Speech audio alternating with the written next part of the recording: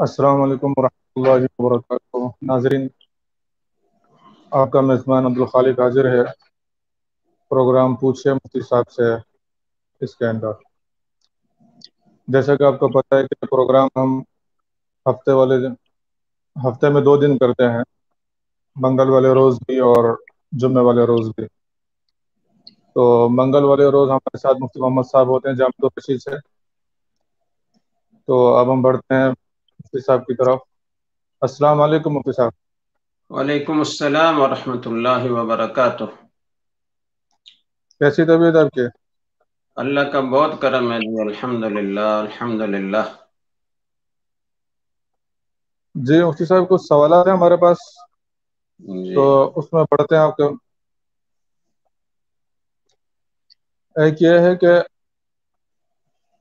صبا احمد لاہور سے پوچھتی ہیں کہ کیا کتے اور بلی کے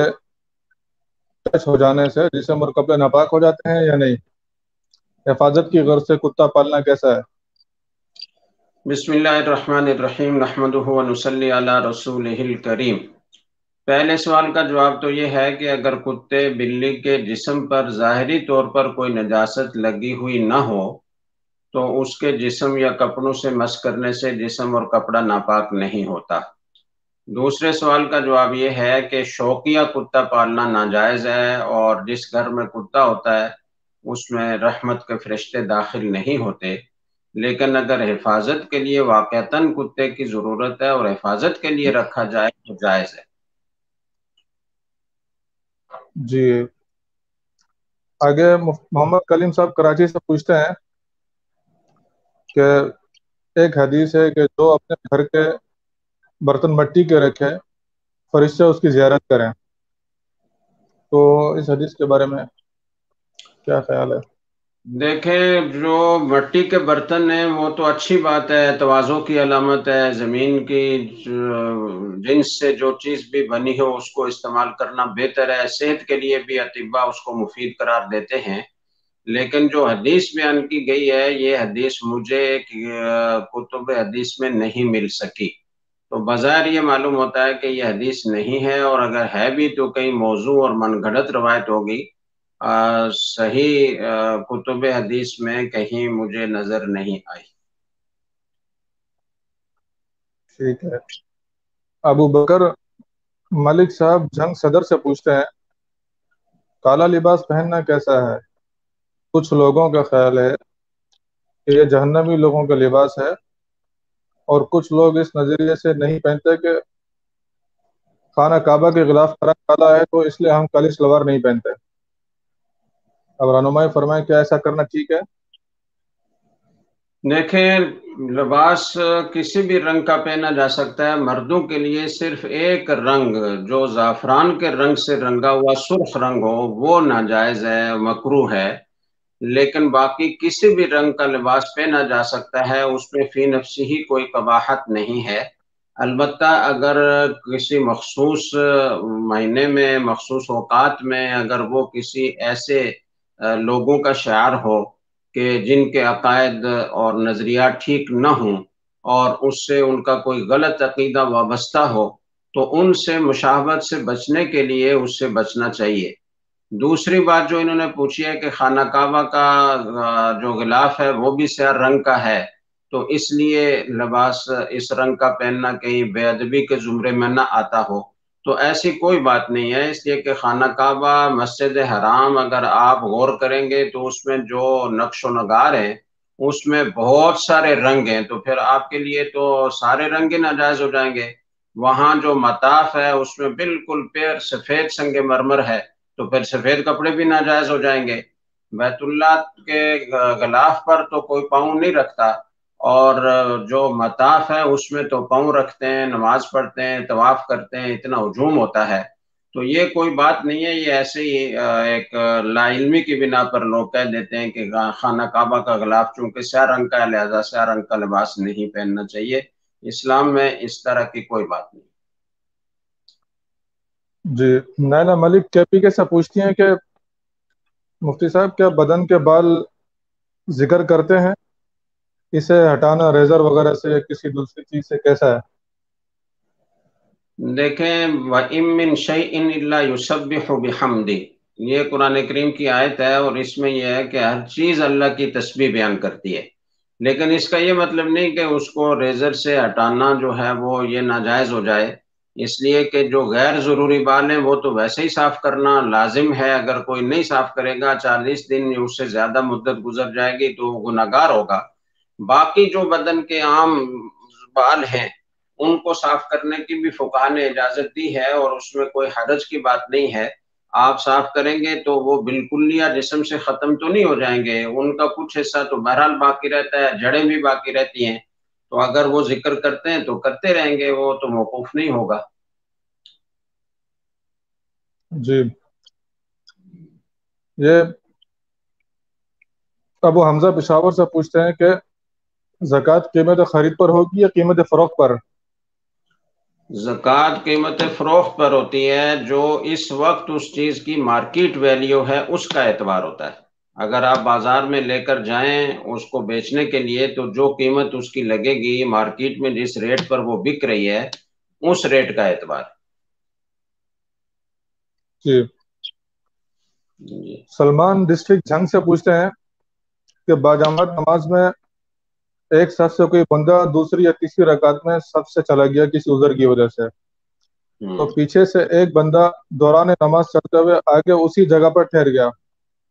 کیا ایسا کرنا صحیح ہے یا اس بندے کو نماز دوبارہ ادا کرنی پڑے گی؟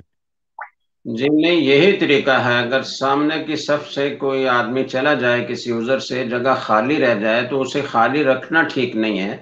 صحیح طریقہ یہ ہے کہ پیچھے والا آدمی آگے بڑھے، لیکن وہ مسلسل نہ چلے، وہ ایک قدم رکھ کر ذرا سا توقف کرے، پھر دوسرا قدم آگے بڑھائے، پھر ذرا سا توقف کرے، اور پھر تیسرا قدم بڑھا کر صف میں داخل ہو جائے، تو یہی طریقہ ہے، اور حکم یہی ہے کہ صف کی جگہ کو خالی نہ چھوڑا جائے بلکہ اس کو اس طرح پر کیا جائے، پچھلی صف جو خالی ہوگی تو اس سے پیچھے والی صف والا اس کو پورا کرے، اس طریقے سے ساری صفیں پوری کرنی چاہیے۔ اور اگر وہ کسی کنارے کے قریب ہے تو پھر دوسری صورت یہ بھی ہو سکتی ہے کہ کنارے والے لوگ جو جہاں سے وہ نکلا ہے تو اس کے دائیں طرف اگر وہ سیدھے ہاتھ والے کنارے پر کھڑا ہے، یعنی 2 4 آدمی چھوڑ کر، تو جو سیدھے ہاتھ کو آدمی ہے وہ ساتھ مل جائے، پھر اس کے ساتھ والا ساتھ مل جائے، پھر اس کے ساتھ والا ساتھ مل جائے، اور بعد میں آنے والے کو جو جگہ آخر میں کنارے پر خالی نظر آئے وہ اس کو پر کر لے۔ تو یہ دونوں طریقے ٹھیک ہیں، ان پر عمل کیا جا سکتا ہے، اور یہی حکم ہے شریعت کا، اس سے نماز واجب الادا نہیں ہوتی،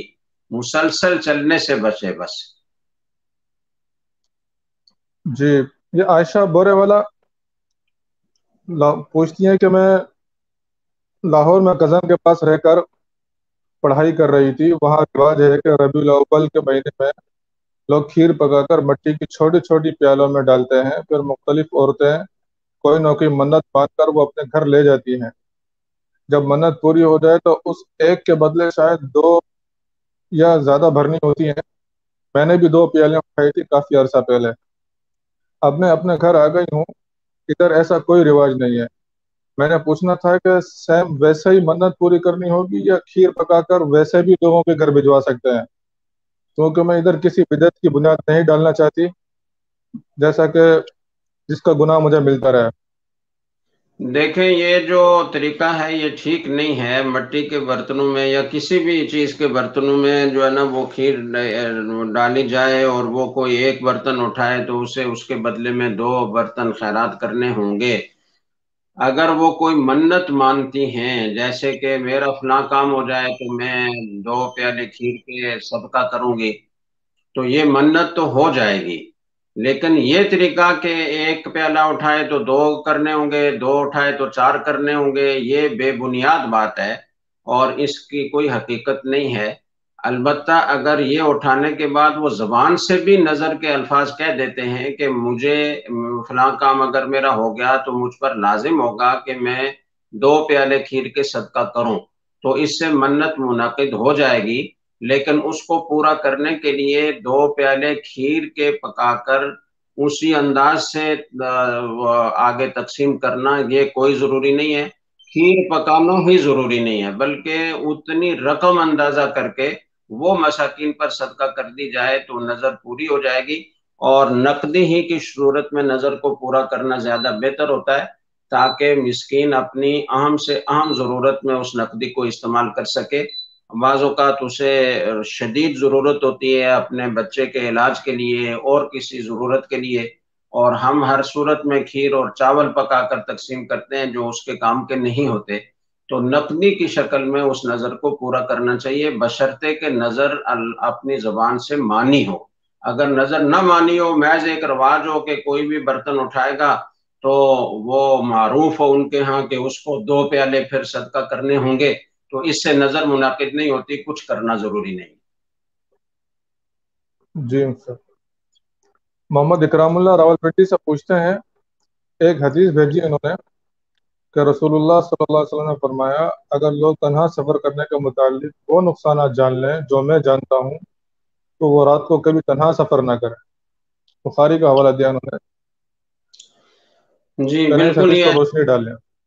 ہاں جی، یہ حدیث موجود ہے، اور آپ صلی اللہ علیہ وسلم نے تنہا سفر کرنے سے منع فرمایا، اور اس کے الفاظ ہیں لو یعلم الناس ما اعلم، یعنی تنہا سفر کرنے میں وہ نقصانات جو میں جانتا ہوں اگر لوگ جانتے تو ما سار راکب بلیل وحدہ، اکیلا کوئی آدمی رات کو سفر نہ کرے۔ تو ایک تو یہ رات کے سفر سے متعلق ہے، اور ویسے عام سفر میں بھی آپ کی ہدایت یہ ہے کہ اکیلا آدمی سفر نہ کرے۔ اور ایک حدیث بخاری ہی میں ہے، الاثنان فما فوقہما جماعہ، 2 آدمی یا 2 سے زیادہ آدمی یہ جماعت سمجھے جاتے ہیں، تو 2 آدمی مل کر سفر کریں، یہ بہتر ہے۔ اور بعض اوقات تنہا سفر کرنے میں بہت ساری مشکلات پیش آتی ہیں اور تعاون کرنے والا کوئی نہیں ہوتا، تو اس لیے آپ کی اس ہدایت پر عمل کرنا چاہیے۔ جی۔ عبد الباسط راولپنڈی سے پوچھتے ہیں کہ سلام نے،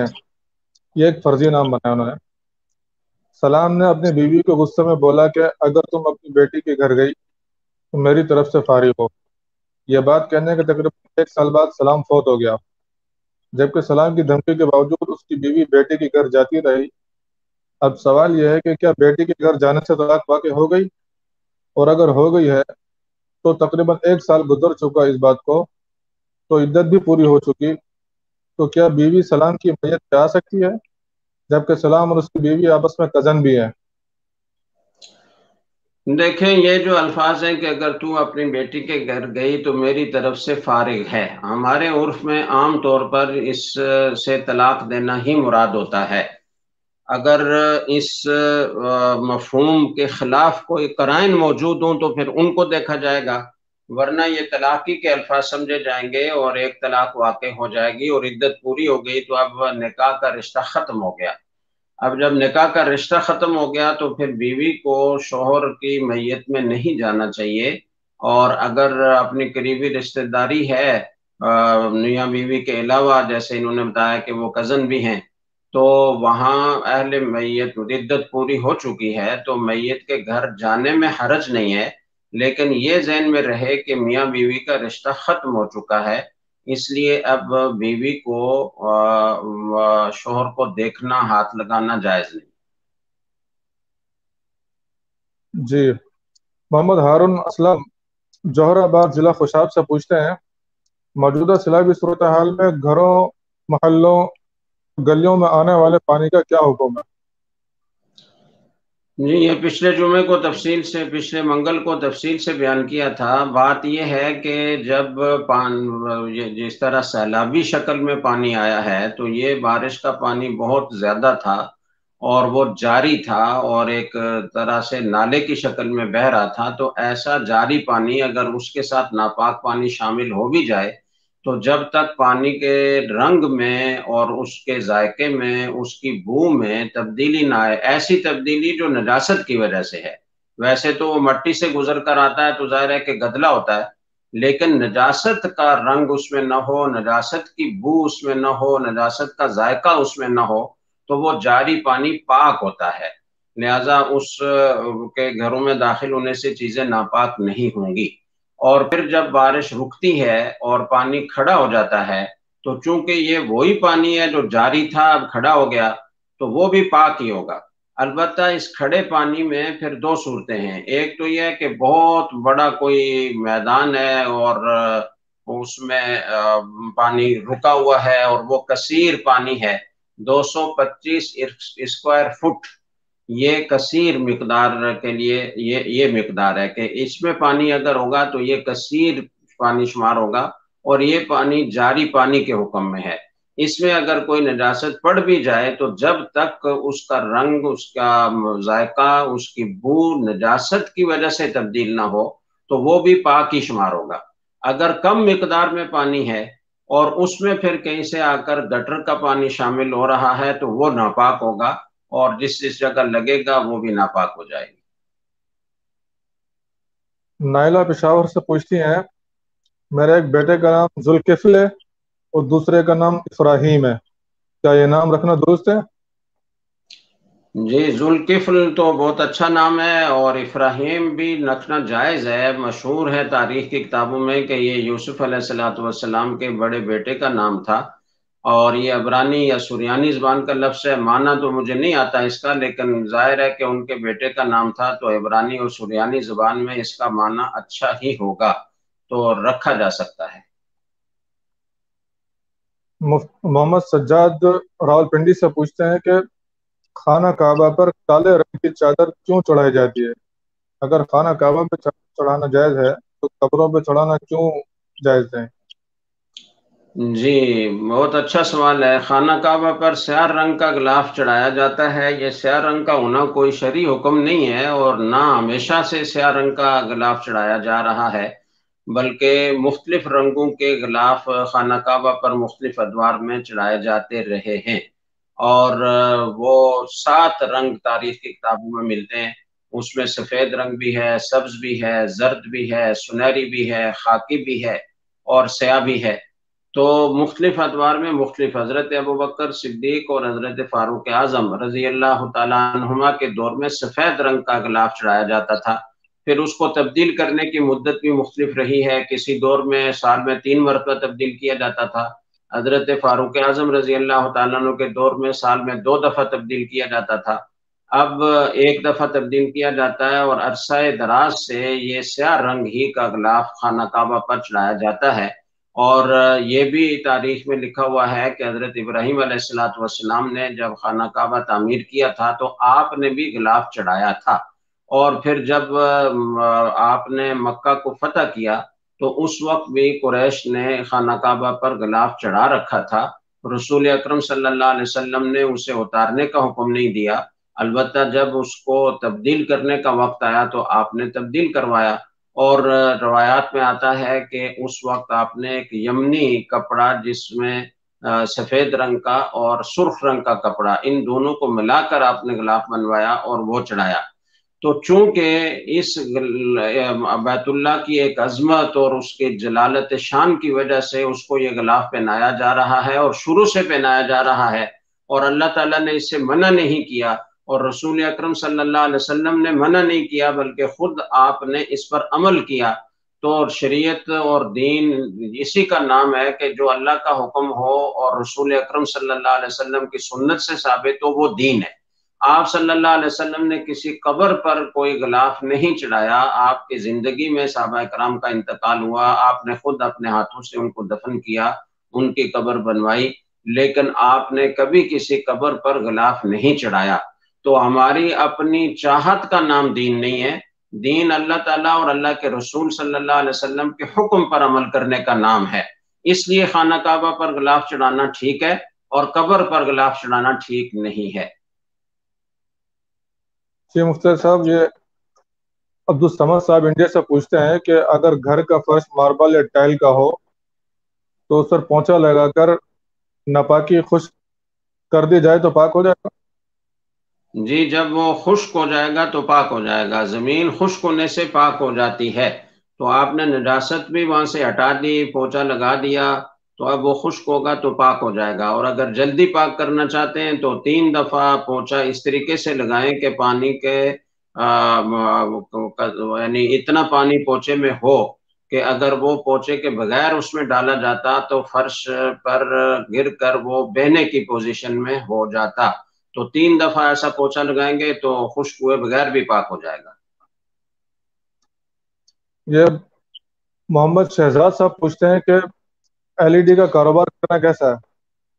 کس چیز کا؟ L E D T V.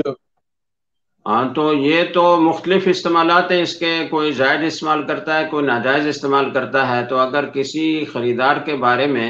معلوم ہو کہ یہ اس کو غلط مقاصد کے لیے لے کے جا رہا ہے اور اس کا غلط استعمال کرے گا تو اس کو بیچنا مکروہ ہوگا،